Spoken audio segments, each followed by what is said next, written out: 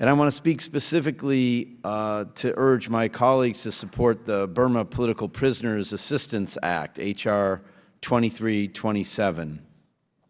In the past couple of years, there has rightly been a lot of attention on the horrific crimes against the Rohingya people. It's a genocide, and we have an obligation to act both as policymakers and as human beings.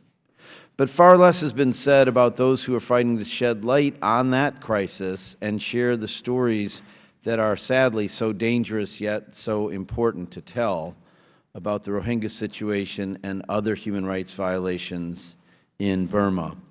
I'm talking about people like Wa Lone and Chaw So U, Reuters journalists who were arrested while investigating a massacre of Rohingya men and boys and spent more than 500 days in prison before being released last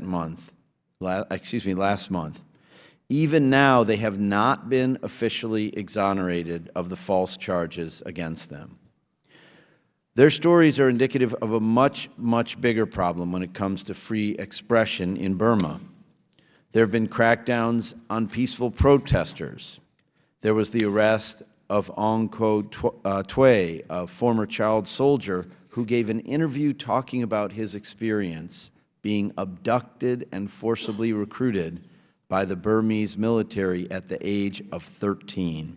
For that, he faces up to 2.5 years in jail. While our State Department and USAID are working to aid political prisoners, more needs to be done. That's where this bill comes in.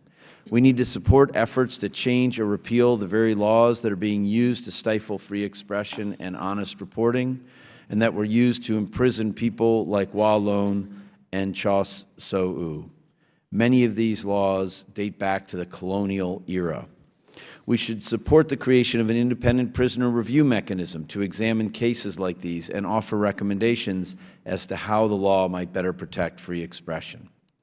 And we need to make clear that this Congress is united, Democrats and Republicans, in our support for a free press, freedom of expression, and the fundamental rights of the Burmese people.